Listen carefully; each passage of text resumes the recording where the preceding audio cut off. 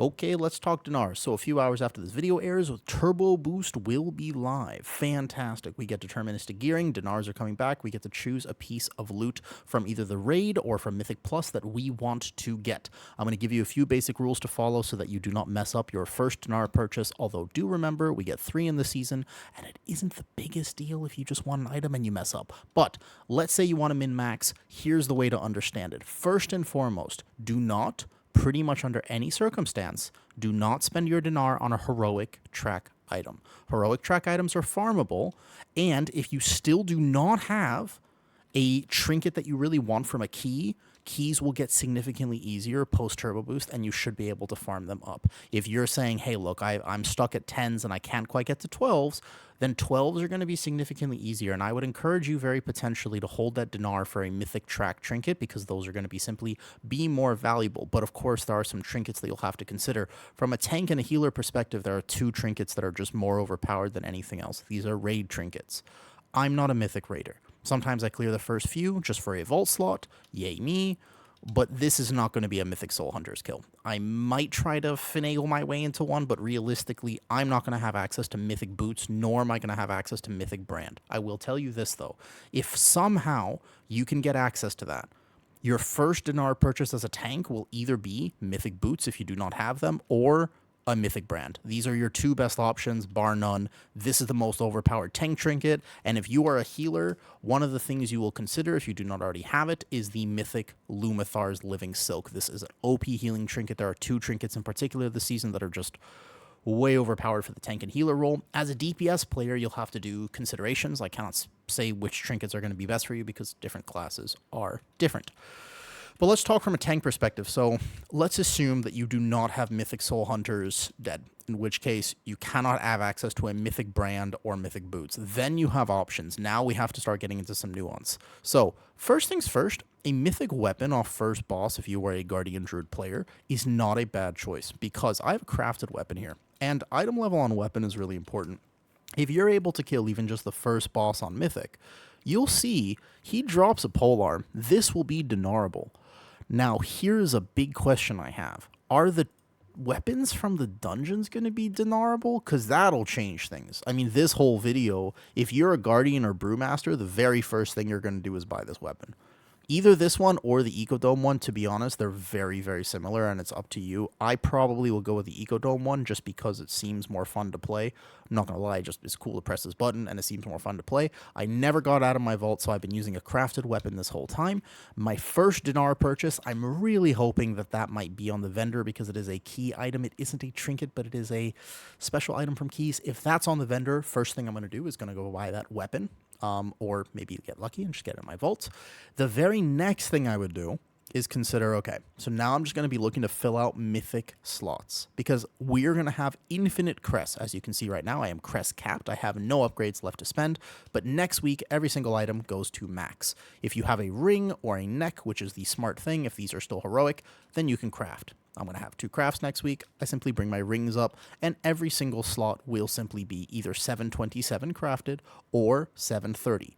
With the exception of my boots, which are still going to be worth playing, even at 717, because I don't have access to mythic boots, and my brand trinket, which will simply be, once again, 717 instead of the mythic brand. If I don't have access to these, first Dinar, weapon.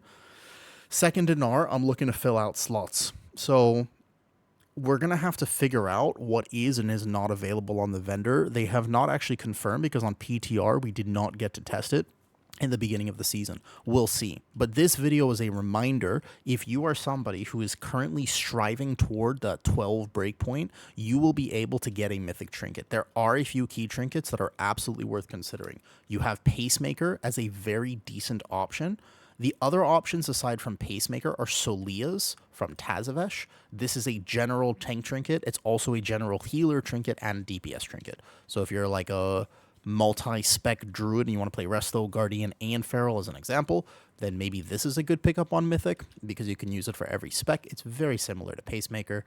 Either of these work. There are a few other notable finds, but I once again caution you, if you're a Guardian Druid player and you really, really, really want it, okay, But I still do not recommend the Ringing Ritual Mud as a Dinar purchase. This is a farmable heroic piece, and 13 item levels on this trinket effectively means very, very, very, very, very little. I know some tanks really like playing this, but honestly, if you... I would spend your Dinar on something else first. This is kind of a bait trinket a little bit. It's a very good defensive, but you don't really get that much more absorbed for 13 item levels, and you get slightly more verse. It's like 0.5% verse. It's not a big deal. Main stat on a trinket is so much more important if you can get like a mythic pacemaker or something along those lines. So when you're considering gearing, gearing is obviously very weird this season because we're locked with the cloak. We have, at this point, if you've been kind of lucky with vaults, my druid's been relatively unlucky. My shaman actually has more mythic pieces than my druid, but effectively you're going to be looking to fill stuff out. If you, and this is the caveat to this, the game is supposed to be fun. As a reminder, min-maxing is cool. Thinking about how you're going to spend that first dinar, that's awesome. But you know what? Maybe there's a trinket you just really want. Maybe you're like, look, I really want to be able to play with this in raid because this is the Abyss raid trinket. Yeah, but I don't have it. I never looted it. I really want this. You could just get it.